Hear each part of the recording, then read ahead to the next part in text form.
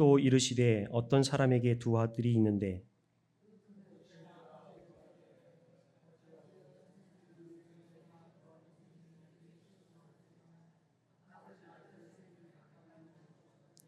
그 후 며칠이 안 되어 둘째 아들이 재물을 다 모아 가지고 먼 나라에 가 거기서 허랑방탕하여 그 재산을 낭비하더니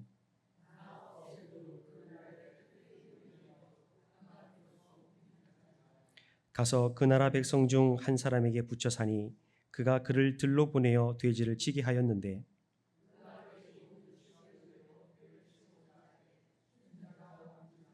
이에 스스로 돌이켜 이르되 내 아버지에게는 양식이 풍족한 품꾼이 얼마나 많은가 나는 여기서 줄여 죽는구나.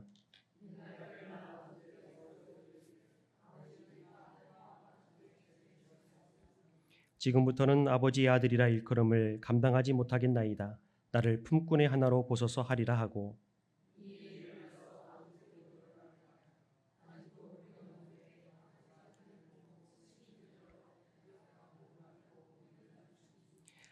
아들이 이르되 아버지 내가 하늘과 아버지께 죄를 지었사오니 지금부터는 아버지의 아들이라 일컬음을 감당하지 못하겠나이다 하나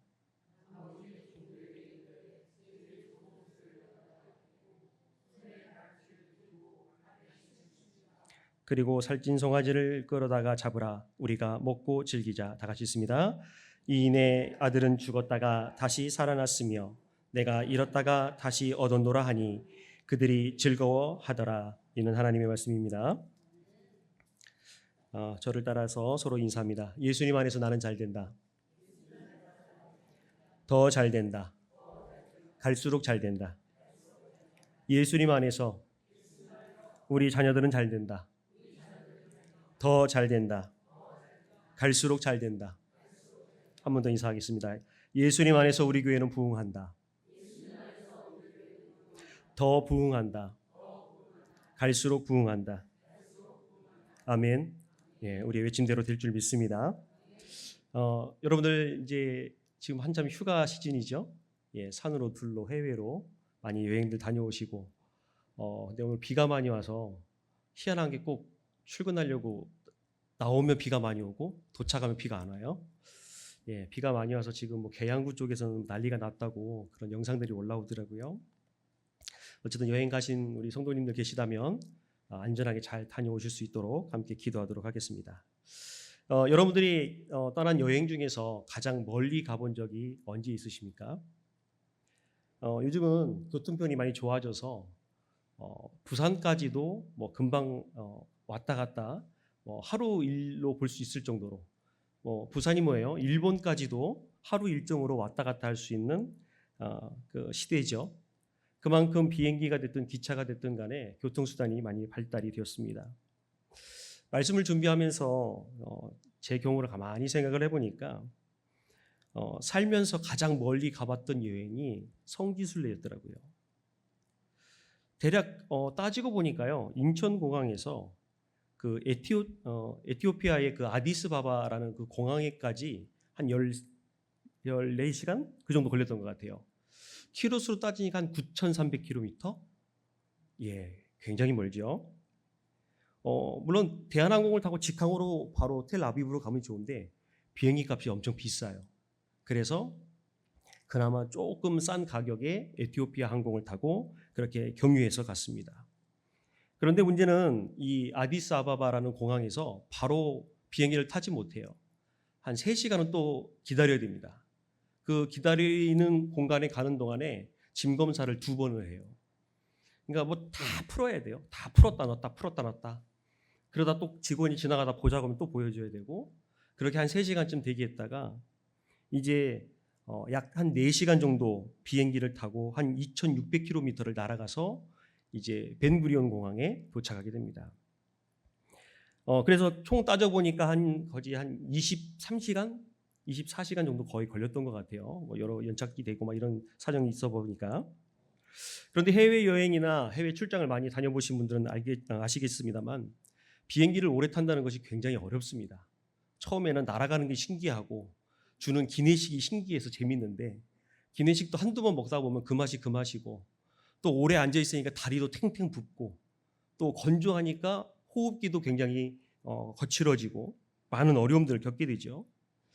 또 심지어는 터뷸런스라는 그 난기류를 만나게 되면 갑자기 비행기가 날다 뚝뚝 떨어지고요, 막 흔들리고 이런 경우들을 보게 됩니다. 제가 가면서 이제 사진을 좀 찍어놨던 겁니다. 저렇게 서울 인천공항에서 아디스아바바까지 가는 경로, 그리고 아디스아바바에서 이스라엘 가는 경로. 이거는 이제 아디스아바바에서 이제 벤구리온 공항으로 가면서 이제 찍었던 사진이에요. 굉장히 아름답더라고요. 몇 장 제가 올려놨는데 한번 보시죠. 이제 이건 기내 아니고요. 네, 여기가 아디스아바바 공항에서 찍은 에티오피아의 전경입니다. 아마 우리 영재 형제가 봤다면 굉장히 좋아했을 것 같다는 생각이 많이 들더라고요. 예, 다음 사진 한번 보여주실래요? 예, 이거는 이제 아디스아바바에서 벤구리온 공항으로 가는 이제 비행기를 이제 탔습니다. 네, 이제 여기에 이제 벤구리온 공항에 들어가서 이제 입국하러 이제 들어가는 길목이고요. 자, 여기가 이제 공항 내부입니다. 예, 한 번 더 넘겨주시죠. 예, 이제 함께 갔던 저희 조원들, 우리 장로님과 우리 권사님들을 한 조로 해서 이렇게 같이 움직였던 기억이 있습니다. 네. 사실 이 여행이란 것은 참 즐겁고 좋은 거지만 거리가 멀다 보면 참 지치기도 하죠.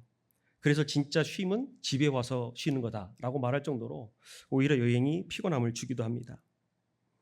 그럼에도 불구하고 저는 지금까지도 거리에 상관없이 제 마음에는 이스라엘 땅이 여전히 남아 있어요. 그래서 다시 가보고 싶은 땅이 이스라엘입니다. 그래서 그 전에 갔을 때 보지 못했던 곳도 또 들려보고 또 배우지 못했던 것들도 또 배워볼 수 있는 그런 시간이 된다면 참 좋을 것 같아요. 또 개인적으로는 한 10년 정도 이스라엘로 유학을 가서 이제 고대 운동을 전공하고 싶은 그런 마음은 항상 있었습니다. 그런데 문제는 저희 가정의 재정 상황과 또 아이들이 참 어려움이죠. 우리는 누군가를 멀리 있다고 말할 때에 일반적으로 거리를 생각합니다. 예를 들면 우리가 지방의 고향에 있는 분들은 어떻습니까? 거리가 멀어서 한번 가기가 쉽지가 않죠. 그런데 성경이 말하는 먼 데는 단순하게 어떤 거리를 이야기하는 것은 아닙니다. 몸은 비록 가까이 있지만 마음은 멀리 있는 경우들도 상당히 많이 있습니다. 같은 집에서 살고 있지만 대화를 전혀 하지 않는 부모님과 자녀, 그리고 부부. 같은 공간에서 똑같은 일을 하고 있지만 단지 업무적인 대상인 직장 동료들. 이렇게 이 자리에 함께 모여서 찬양하고 기도하고 또 말씀을 나누고 있지만 전혀 마음을 나누지 않는 교우들의 관계들. 그런데 오늘 본문 말씀인 누가복음 15장의 이야기 속에는 두 아들이 등장합니다. 둘째 아들은 자신의 유산을 챙겨서 먼 나라로 떠났다고 본문은 말씀하고 있어요. 즉 이것은 무슨 말입니까? 눈에 보이는 먼 데에 있다는 것이죠. 반면에 큰아들은 집 안에 있었습니다. 그러나 그 역시도 아버지와는 먼 거리에 있는 그런 아들이었죠. 그렇다면 예수님께서 이 드라마에 나올 법한 이야기, 흥미진진한 이야기, 갈등의 이야기를 왜 말씀하셨을까요? 바로 누가복음 15장 1절에서 2절을 보면 세리와 죄인들이 예수님께 나옵니다. 그리고 예수님은 그들과 함께 식사를 하시죠. 예수님께 나온 자들, 즉 세리와 죄인들은 당시 사회에서 먼 거리에 있는 사람들로 여김받았습니다. 매국노라 불렸던 세리는 로마의 세금을 거두는 그런 사람들이었죠. 동족의 고요를 빨아먹으면서 자신의 부를 축적하기 때문에 많은 동족들로부터 지탄을 받았던 사람들입니다. 또 죄인으로 취급받는 창기들은 성적으로 도덕적으로 부정을 대표하는 인물로 그렇게 알려져 있습니다. 그리고 이방인은 어떻습니까? 언약 밖의 사람으로 사람 취급하지 않았지요. 그렇기 때문에 유대인들, 특별히 종교 지도자들은 세리와 창기들과 또 이방인들과 함께 그 자리에 있지 않았습니다.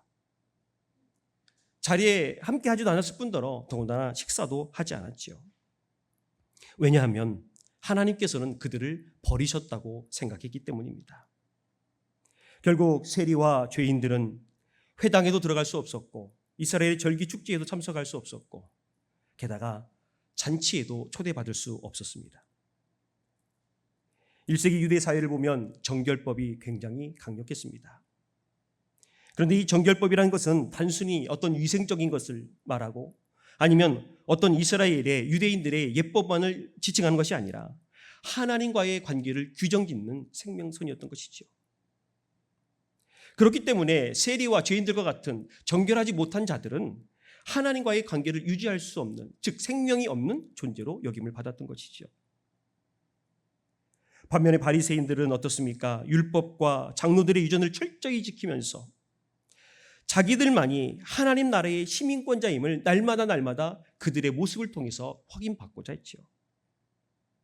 그리고 율법에서 멀어진 자들, 조금 전에 말했던 세리와 죄인들을 멀리함으로써 그것이 나의 경건의 표시라고 자랑스러워했습니다. 그런데 예수님은 종교 지도자들이 그렇게 여기는 세리와 죄인들을 가까이 하셨고 심지어는 그들과 함께 식사도 하셨습니다. 당시에 음식을 함께 먹는다는 것은 단순하게 먹고 마시는 걸 나누는 것 그 이상입니다. 식사가 주는 의미는 바로 상대방을 있는 그대로 받아들인다는 메시지입니다. 좀 더 확장해서 이야기해 보면 그 사람과, 즉 죄인과 세리들과 식사를 한다는 것은 그들 역시도 하나님의 백성으로서 받아들인다라는 의미를 가지고 있는 것이죠. 그렇기 때문에 예수님께서 세리와 죄인들과 식사를 하시는 것은 당시 청중들이 볼 때에 그들의 종교 의식을 깨트리는 거고 그들의 경건과 그들의 정결의 경계선을 무너뜨리는 아주 급진적인 행보였다는 것이죠. 그렇기 때문에 바리새인과 서기관들이 볼 때는 도저히 인정할 수 없고 납득할 수 없는 그런 행동들이었습니다. 바리새인과 서기관들의 마음속에는 분명한 하나의 선이 있었습니다.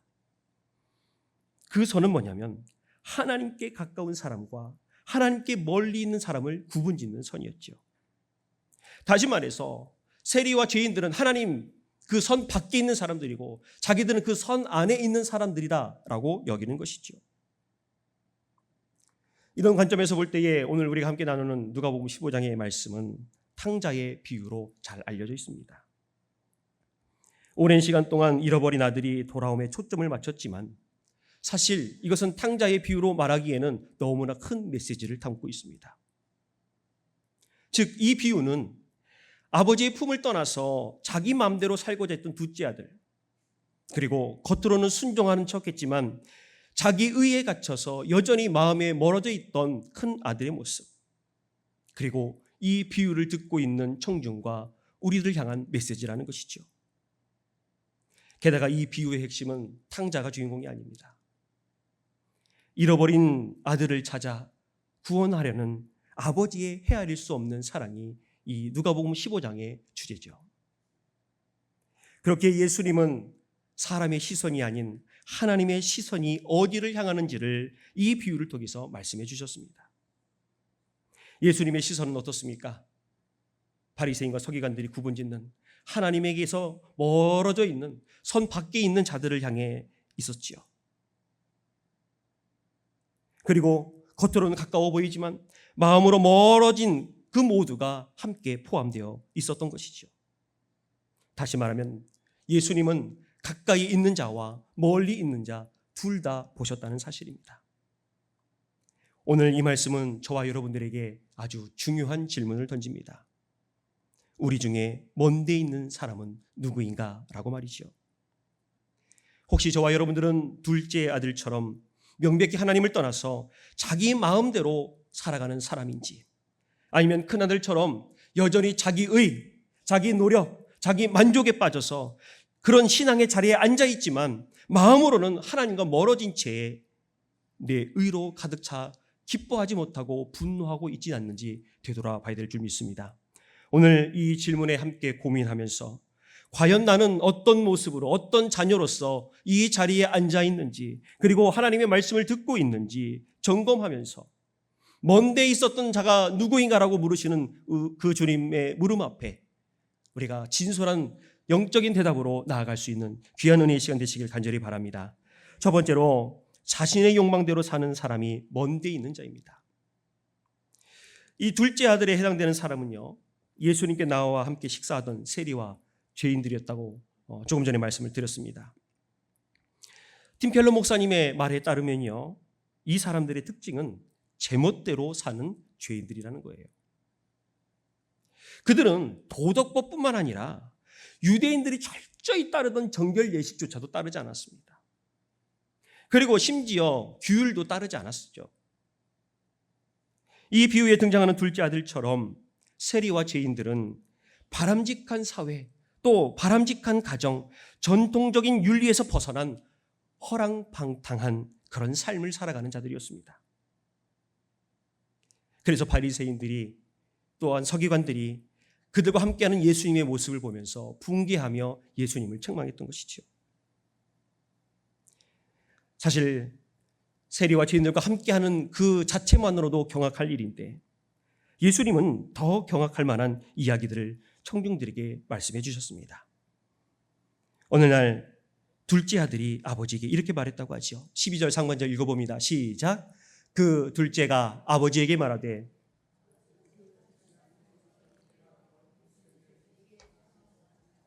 아멘.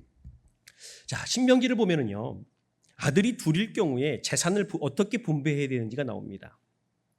아들이 둘일 경우에 장자에게는 유산의 3분의 1을 주고 둘째에게는 3분의 1을 주라고 명령하고 있어요.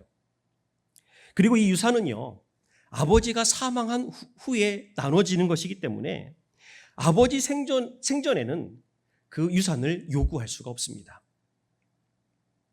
그래서 당시 청중들이 들었을 때에 아버지가 살아계신 상황에서 자신의 유산을 달라는 말은 나에게 있어서 아버지는 죽은 사람과 같다, 아니면 나는 아버지가 죽기를 바란다 라는 말과 동일합니다. 게다가 이 둘째 아들의 무리한 요구, 도저히 할 수 없는 그 요구는 부자 관계를 끊어버리는 것뿐만 아니라 가문의 명예를 실추시키고 또 마을 전체에서 아버지의 권위를 땅바닥에 내팽개쳐버리는 그런 폐륜적인 행동입니다. 그래서 율법에 따르면 이런 행동은 돌에 맞아 죽어야 할 그런 행동이죠.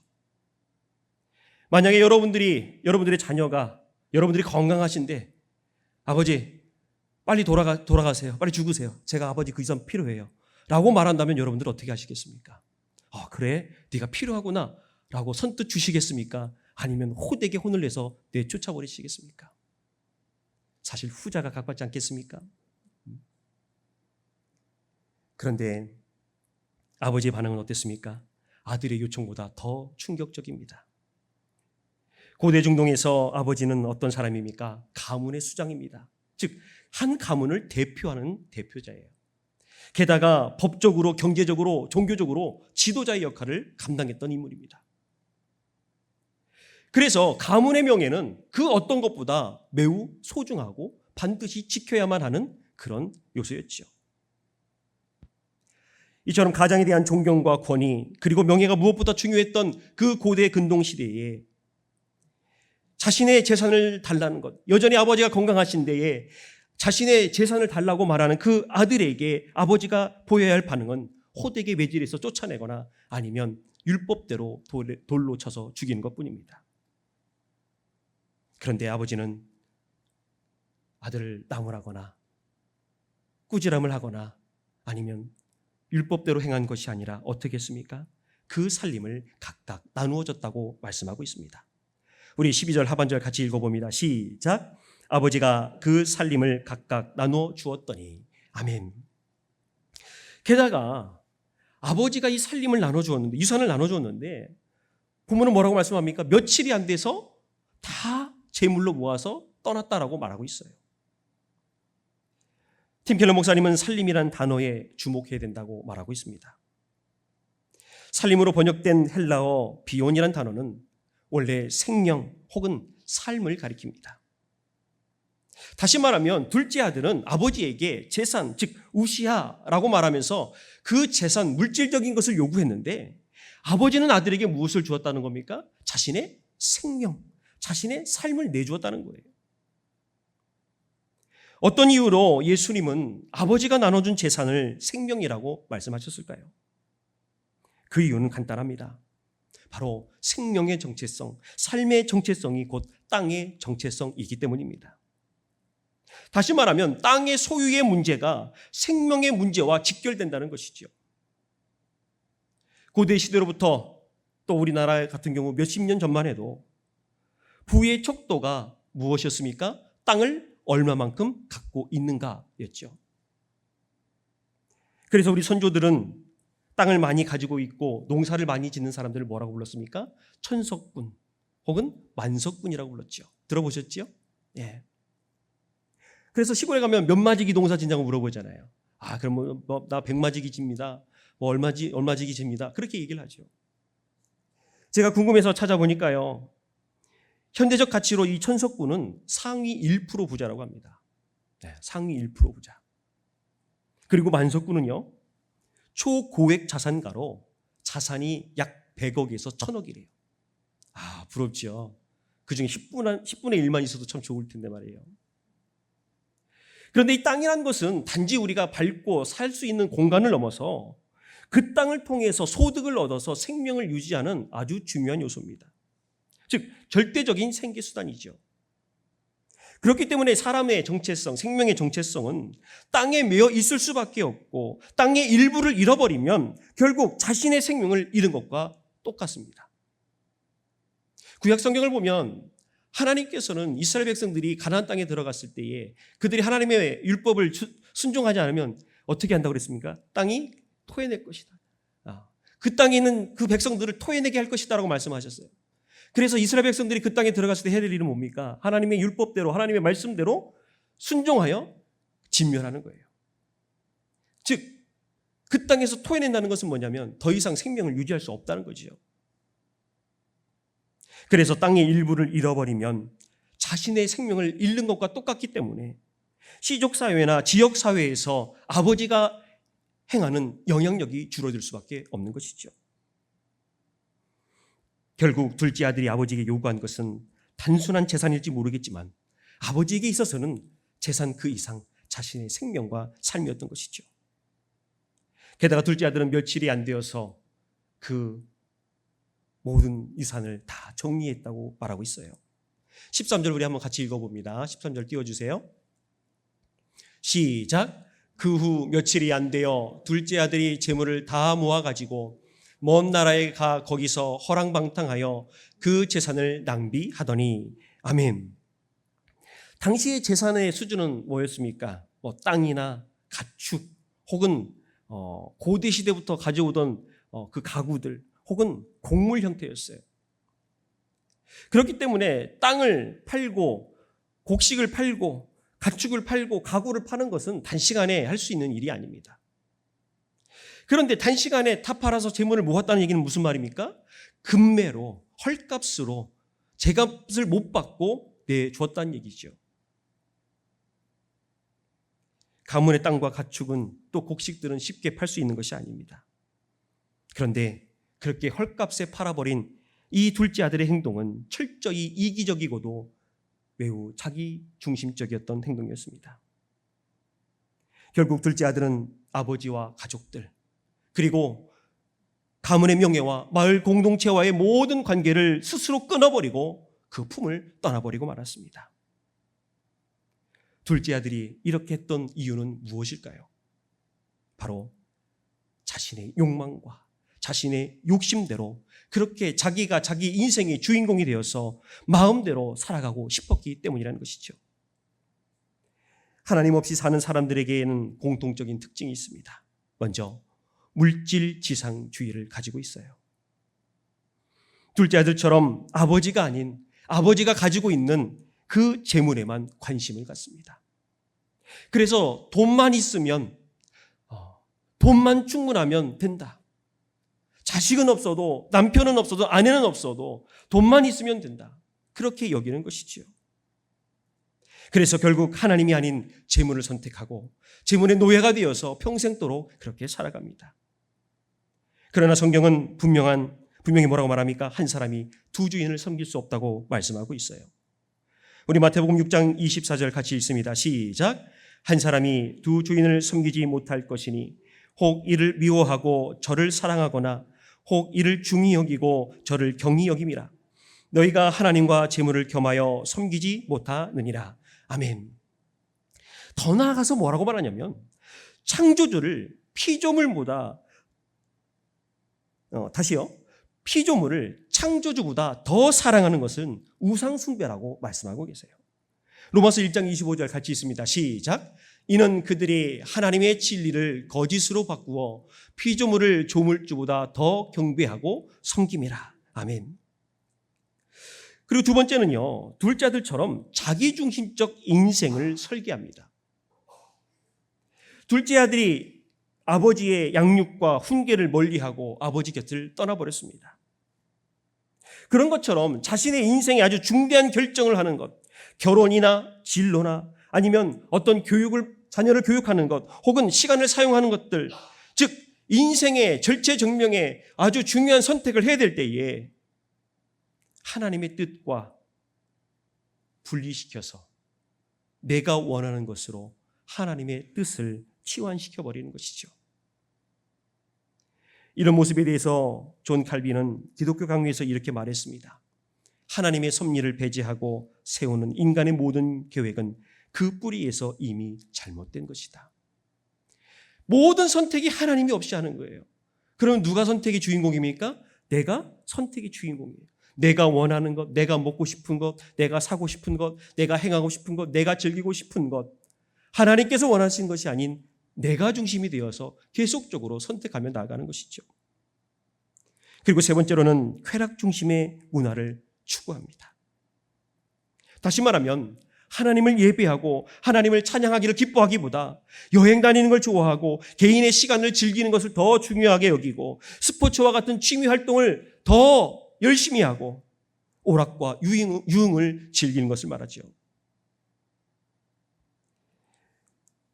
둘째 아들은 아직 살아계신 아버지의 유산을 받아서 먼 나라로 떠났습니다. 그리고 오늘 말씀을 보니까 그곳에서 허랑방탕하여 그 재산을 낭비했다라고 말하고 있습니다. 이 허랑방탕이라는 아소토스라는 단어의 본래 의미는 흥청망청 그 정도의 의미가 아니라 구원될 수 없을 정도, 그리고 회복이 불가능한 그런 의미를 가지고 있습니다.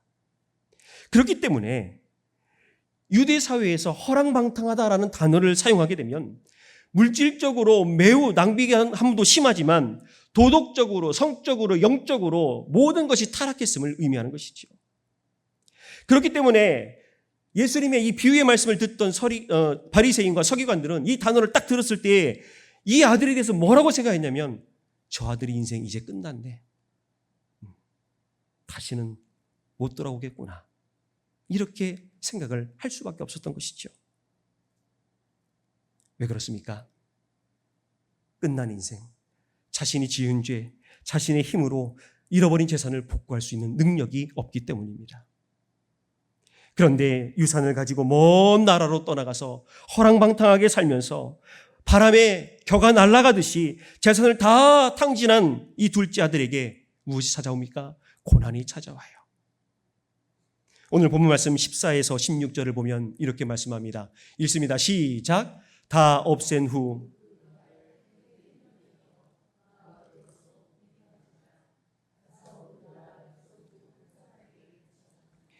그가 그를 들로 보내어 돼지를 치게 하였는데 그가 돼지 먹는 쥐엄 열매로 배를 채우고자 하되 주는 자가 없더라.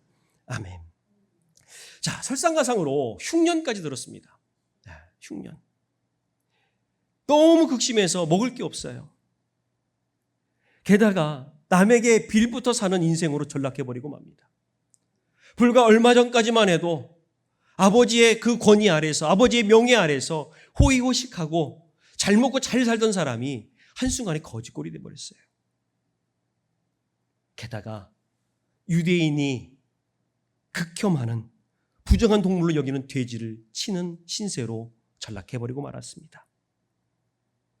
돼지를 친다는 것은 유대인들에게 있어서 굉장히 수치스럽고 치욕적인 모욕입니다.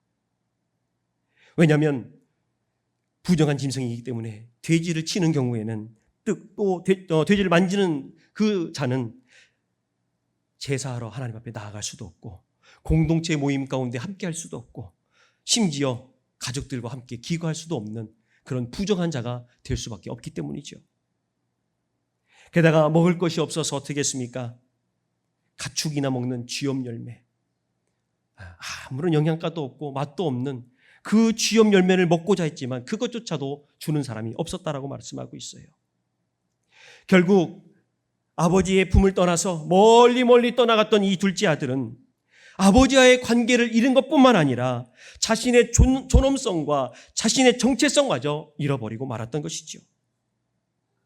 자신의 욕심과 욕망에 이끌려 아버지를 떠난 이 둘째 아들의 비참한 모습은 하나님을 떠나서 제멋대로 살고 있는, 그래서 죄의 결과가 우리에게 어떤 영향을 주고 있는지 너무나도 적나라하게 보여주고 있다는 사실이죠. 사랑하는 우리 운양교회 성도 여러분, 그렇게 하나님을 떠나서 내 인생의 주인공이 내가 되어서 내 생각과 내가 원하는 대로, 내가 바라는 대로 그렇게 살려고 하면 물질의 지배받을 수밖에 없고 육신의 정욕과 안목의 정욕, 그리고 이생의 자랑대로 살다가 허무하게 무너져 내릴 수밖에 없는 인생이 될 수밖에 없다는 사실을 기억하는 저와 여러분들 되시기를 간절히 소망합니다. 두 번째는요, 진정으로 회개하지 않는 자가 먼 데 있는 자라는 것이죠. 우리 17, 18, 19절 읽어봅니다. 시작. 이에 스스로 돌이켜 이르되 내 아버지에게는 양식이 풍족한 품꾼이 얼마나 많은가. 나는 여기서 줄여 죽는구나.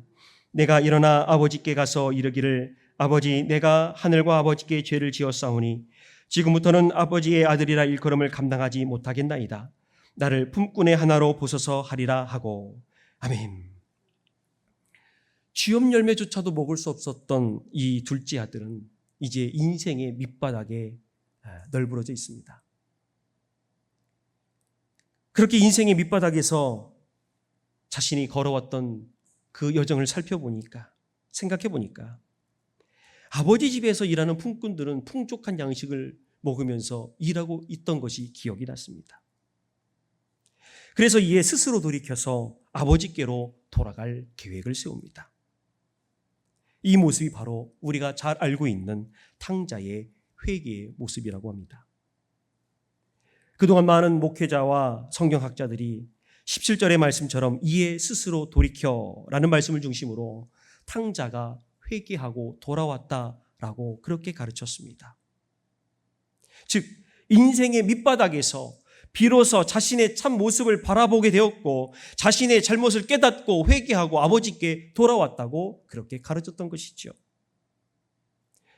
그동안 저도 목회하면서 그렇게 이해를 했고 그렇게 가르쳤습니다. 그런데 오늘 나눌 말씀을 준비하기 위해서 밤이 새도록 말씀을 묵상하다 보니까 전혀 다른 결론에 이르렀어요. 물론 부분적으로 본다면 완전히 틀린 표현과 말은 아니지만 그렇다고 해서 전체적인 말씀이 말하고 있는 맥락과는 전혀 다른 이야기라는 것이죠. 그 이유는 뭘까요? 오늘 17절에 이에 스스로 돌이켰다라는 그 말을 헬라어 원문으로 보면 이렇게 표현할 수 있습니다. 그러나 그가 자기 자신에게로 돌아와서 말하였다. 이걸 좀 더 의역하면 그러나 그는 정신이 들어 자신을 돌아보고 말하였다. 이렇게 의역할 수 있습니다. 그런데 17절을 천천히 읽어보면 둘째 아들이 정말 회개했을까 하는 의구심이 듭니다. 과연 둘째 아들이 정말로 우리가 그동안 들었던 것처럼 회개하고 아버지께 돌아왔을까요? 제가 볼 때는 전혀 그렇지 않습니다. 둘째 아들은 돼지 우리 속에 비참한 자신의 현실을 자각하고 난 이후에 내가 아버지께 용서받지 못할 죄를 저질렀구나. 내가 우리 가문의 명예를 실추시키고 내 아버지 재산을 가져와 다 날려버렸구나 라고 말하지 않습니다. 오히려 뭐라고 말합니까? 오히려 그의 관점은 자신의 배고픔을 해결하는 그 욕망에 있었던 것이죠. 17절을 다시 읽어보면 이렇게 말씀합니다. 같이 읽어봅니다. 시작. 이에 스스로 돌이켜 이르되 내 아버지에게는 양식이 풍족한 품꾼이 얼마나 많은가. 나는 여기서 주려 죽는구나. 자신의 배고픔을 해결할 것만 보이는 거예요. 다시 말하면 오랜 굶주림으로 인한 고통이 자신이 저지른 죄를 고백하게 하는 것이 아니라 지금의 굶주림을 해결할 계획을 세우게 했다는 것이죠. 그래서 18절을 보면 이렇게 말합니다. 같이 읽어봅니다. 시작. 내가 일어나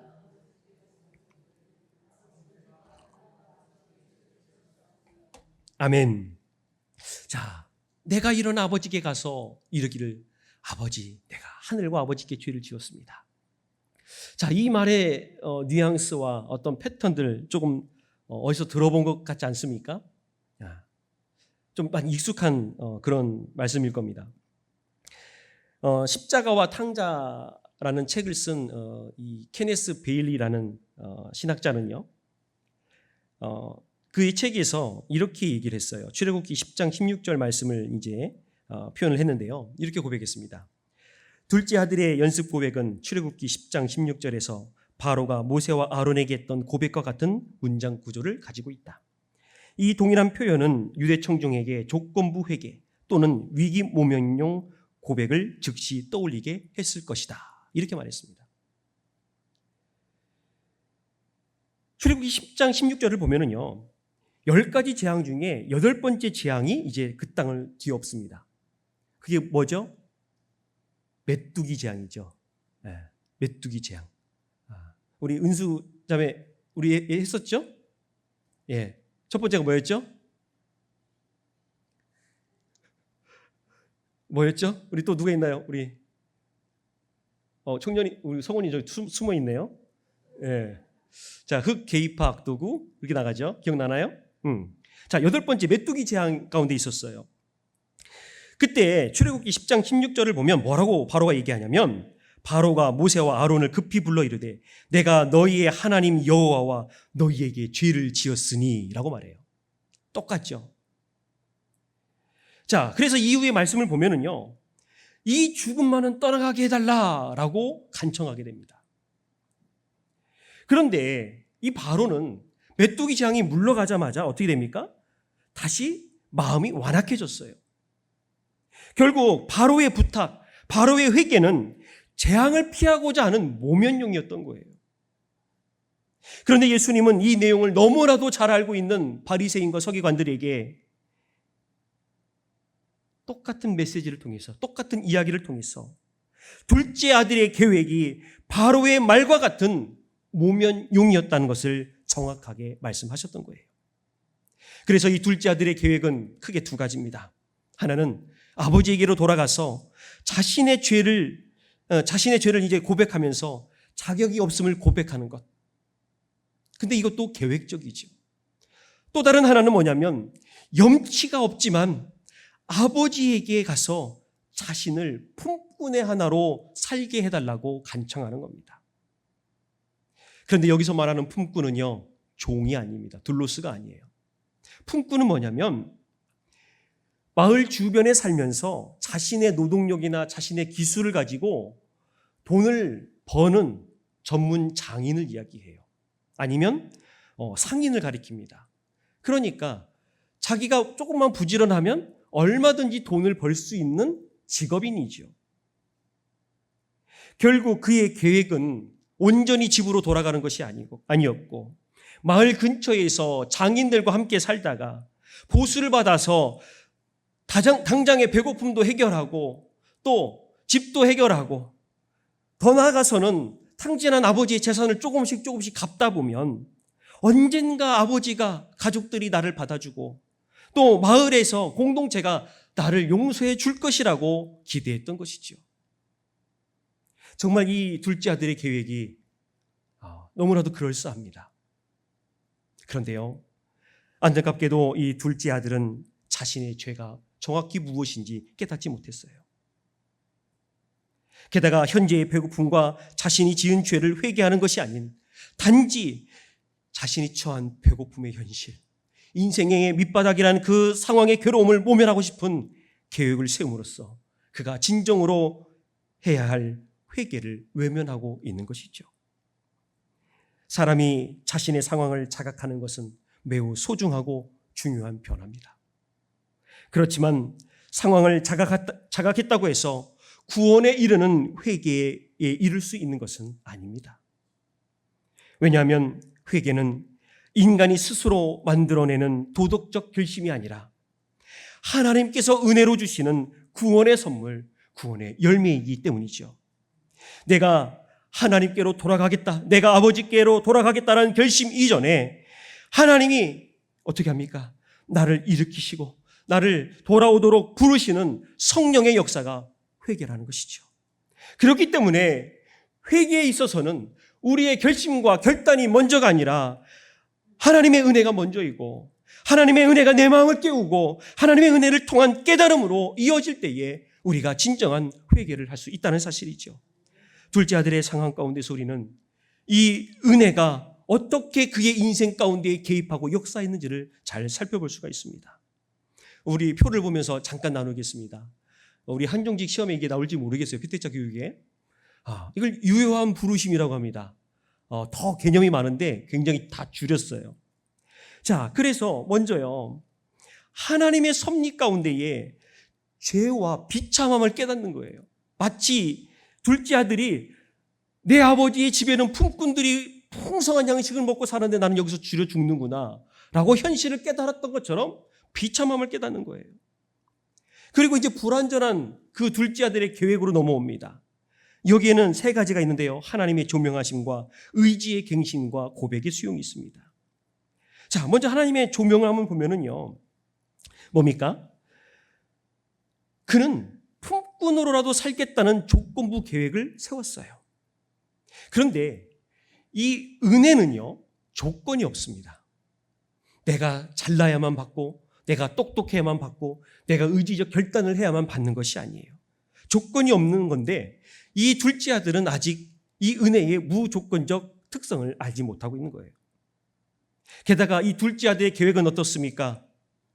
불완전하고 이 아들의 돌아옴조차도 불완전합니다. 그러나 여기에서 우리가 볼 것은 뭡니까? 하나님의 조명하심을 통해서 하나님은 불완전한 동기라 할지라도 하나님은 은혜로 그 길을 인도하신다는 것이죠. 자, 그리고 의지갱신은 뭡니까? 의지갱신. 자, 18절을 보니까 내가 일어나서 이제 아버지에게로 가야겠다라고 방향을 리턴하는 거예요. 그리고 이제 고백과 수용이 뭡니까? 18절, 19절 이어지는 말씀인데 내가 죄를 지었사오니 아들이라 일컬음을 감당하지 못하겠습니다 라고 고백하는 거예요. 결국 아버지 앞에서 자신의 죄를 인정하고 자신의 부끄러움을 인정하는 거예요. 그런데 여기서는 중요한 요소가 있습니다. 다만 거래적 전제라는 거예요. 즉 온전한 회개가 아니라 자신의 계획에 따른 그런 회개라는 것이죠.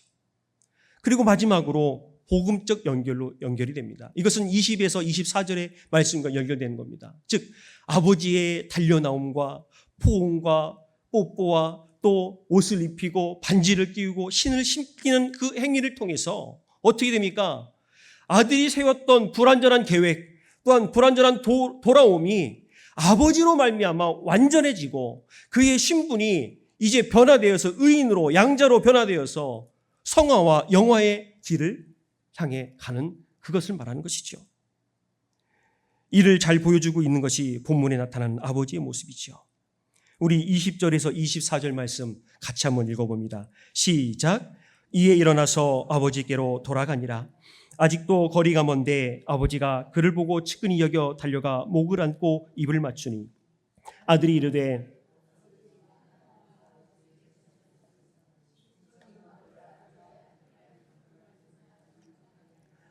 아버지는 종들에게 이르되 제일 좋은 옷을 내어다 입히고 손에 가락지를 끼우고 발에 신을 신기라. 그리고 살찐 송아지를 끌어다가 잡으라. 우리가 먹고 즐기자. 이 내 아들은 죽었다가 다시 살아났으며 내가 잃었다가 다시 얻었노라 하니 그들이 즐거워하더라. 아멘. 고대근동에서 아버지는 절대적으로 달리지 않는 존재입니다.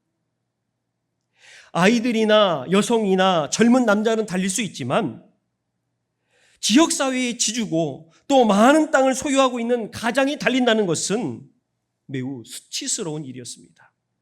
왜 그렇습니까? 달리기 위해서는 긴 옷을 마치 치마를 들듯이 들고 다리를 보이면서 뛰어야 되기 때문에 그렇지요. 그래서 다리를 보이며 뛴다는 것은 아버지의 체면, 가장의 체면과 위험을 버리는 일이기 때문에 아버지는 어떤 일이 있어도 뛰지 않아요. 그런데 오늘 예수님의 이 비유 속의 아버지는 전혀 달랐습니다. 말씀을 보니까 아직도 거리가 먼데 아버지가 아들을 보고 측은히 여겨 달려가서 어떻게 했다고 그랬습니까? 목을 안고 입을 맞췄다라고 말씀해요. 아버지가 체면과 위상을 내려놓고 달린 이유는 무엇일까요? 돌아오는 아들을 측은히 여겼기 때문입니다. 측은히 여기다라는 말은 어떤 의미입니까? 창자가 끊어지는 듯한 느낌으로 불쌍히 여긴다라는 거예요. 창자. 그렇게 창자가 끊어지는 듯한 고통을 느끼면서 그런 안타까움으로 아버지의 수치를 무릅쓰고 그렇게 아들에게 달려간 이유는 궁극적으로 아들이 당해야 할 수치를 아버지가 온몸으로 막아서기 위함이었던 것이죠. 이런 아버지의 모습은 저와 여러분들을 위해 십자가에서 온갖 모멸과 수치를 당하신 예수 그리스도의 모습을 떠올리게 합니다. 이사야 53장을 보면 이렇게 말씀합니다. 우리 같이 읽어봅니다. 시작. 그가 찔림은 우리의 허물 때문이요 그가 상함은 우리의 죄악 때문이라. 그가 징계를 받음으로 우리는 평화를 누리고 그가 채찍에 맞음으로 우리는 나음을 받았도다. 26절. 우리는 다 양 같아서 그릇 행하여 각기 제 길로 갔거늘 여호와께서는 우리 모두의 죄악을 그에게 담당시키셨도다. 그가 곤욕을 당하여 괴로울 때에도 그의 입을 열지 아니하였으며 마치 도수장으로 끌려가는 어린 양과 털 깎는 자 앞에서 잠잠한 양같이 그의 입을 열지 아니하였도다. 아멘. 아버지는 돌아온 둘째에게 아무 말도 하지 않으셨어요. 돌아온 아들을 비난하지도 않았고 자신의 재산, 유산을 가지고 와서 어떻게 썼는지, 어떻게 그것을 낭비했는지 물어보지 않았습니다. 게다가 아들이 세웠던 그 계획, 아들이 자백하고자 했던 것, 그것조차도 말할 기회를 주지 않았어요. 다만 아버지는 어떻게 했습니까? 탕자의 아들, 그 아들의 목을 부둥켜 안고 계속해서 반복적으로 입을 맞추면서 살아 돌아온 것만으로 충분함을, 그리고 여전히 사람들에게 이 아들은 자신의 아들임을 증명하기 위해서 가장 좋은 옷, 아버지의 옷을 입히고 손에 가락지를 끼우고 신에 신발을 신겨서 동네 사람들에게 이 아이가 여전히 내 아들이라고 사람들에게 보여주었죠.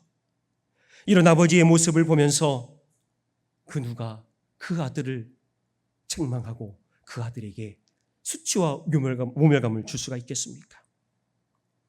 주기철 목사님의 손자이신 주승중 목사님은 이런 아버지의 모습을 통해서 변화된 아들의 모습을 이렇게 표현했습니다. 마을 사람들과 가족들로부터 온갖 멸시와 수치를 당할 것을 예상하고 잔뜩 겁을 먹고 있던 탕자는 아버지께로부터 쏟아져 내려오는 그 놀라운 사랑과 은혜에 압도되어 바로 그 순간 진정한 고백을 하게 된다. 그래서 21절을 보면 아들이 이렇게 고백합니다. 우리 같이 다시 한번 읽어보죠. 시작. 아들이 이르되 아버지, 내가 하늘과 아버지께 죄를 지었사오니 지금부터는 아버지의 아들이라 일컬음을 감당하지 못하겠나이다 하나. 아멘.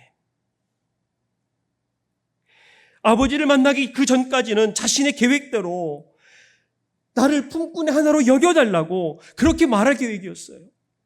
그런데 아버지의 압도적인 사랑과 그 은혜 앞에서 자신의 불완전한 계획과 회개, 즉 나를 품꾼의 하나로 보소서 라는 말을 꺼내지도 못한 채에 아버지, 내가 하늘과 아버지께 죄인입니다. 지금부터는 나를 아들이라 보지 마옵소서라고 이야기를 하게 됩니다. 그러면서 그 아버지의 압도적인 사랑과 은혜로 말미암아 진정한 회개를 하게 되었지요. 다시 말해 아버지의 압도적인 사랑과 은혜 앞에서 자신이 지은 잘못을 또한 자신의 계획과 힘으로는 그 모든 것을 해결할 수 없음을 깨닫게 되었던 것이죠. 그래서 진정한 회개는 내가 하고 싶어서 할 수 있는 것이 아닙니다. 내가 이런 죄를 지었으니까 회개해야지? 아니요. 그렇게 회개할 수 있는 간단한 문제가 아닙니다. 게다가 하나님께서 먼저 우리를 압도적인 사랑과 은혜로 강권해 주시지 않으면 우리는 결코 하나님이 원하시는 다시금 우리의 신분이 회복되어지는 회개를 할 수 없다는 사실이죠. 그러나 성부 하나님의 섭리와 성자 하나님의 그 사역하심과 성령 하나님의 감화 감동하심이 우리 가운데 역사하기 시작하면 죄를 깨닫고 그 죄의 심각성을 알고 또 죄를 미워하고 끊어내려는 내적인 태도의 변화가 일어나게 됩니다. 하지만 지정이가 전적으로 타락한 우리 인간은 도저히 우리의 힘으로는 그 죄를 끊어낼 수 없음을 한탄하며 절망에 빠질 수밖에 없어요. 그러나 우리의 그 절망은 오히려 하나님의 자비에 소망을 두게 함으로써 하나님의 뜻에 순종하는 삶으로 나아가는 진정한 회개의 자리로 우리를 인도한다는 사실이죠. 그렇다면 마지막으로 성도 여러분, 먼 데 있는 자는 과연 누구입니까? 먼 데 있는 자는 지리적으로 멀리 있는 자가 아니라 바로 아버지에게서 등 돌린 마음의 방향이었던 것이죠. 둘째 아들은 그 자신의 마음이 인도하는 대로 떠났어요. 그래서 아버지의 생명을 흩어버렸고 끝내 돼지 우리에서 자신의 인생의 밑바닥을 바라보았습니다. 그때 그는 내가 이제 품꾼으로라도 살아야 되겠다 라고 생각하며 아버지와 거래할 회개를 준비했지만 아버지는 여전히 아직도 거리가 먼데 달려와 그 아들의 계산을 끊어버리고 입을 맞추고 가장 좋은 옷을 입히고 반지를 끼우고 신을 신겨서 아들의 자리를 회복시켜 주셨습니다. 그리고 우리 주님은 오늘 이 비유의 말씀을 통해서 저와 여러분들이 묻고 계십니다. 너는 어디에 서 있느냐? 사랑하는 성도 여러분, 허무와 또한 중독과 체면과 실패의 그런 환경과 그런 나라에서 여전히 자신의 욕망과 욕심대로 살려고 아둥바둥하는 인생이 되시겠습니까? 아니면 하나님의 그 은혜 안에 압도적인 사랑과 은혜 앞에 굴복하여 하나님 앞에 모든 것을 내어 맡기며 자복함을 통해서 하나님의 백성으로 살아가시겠습니까?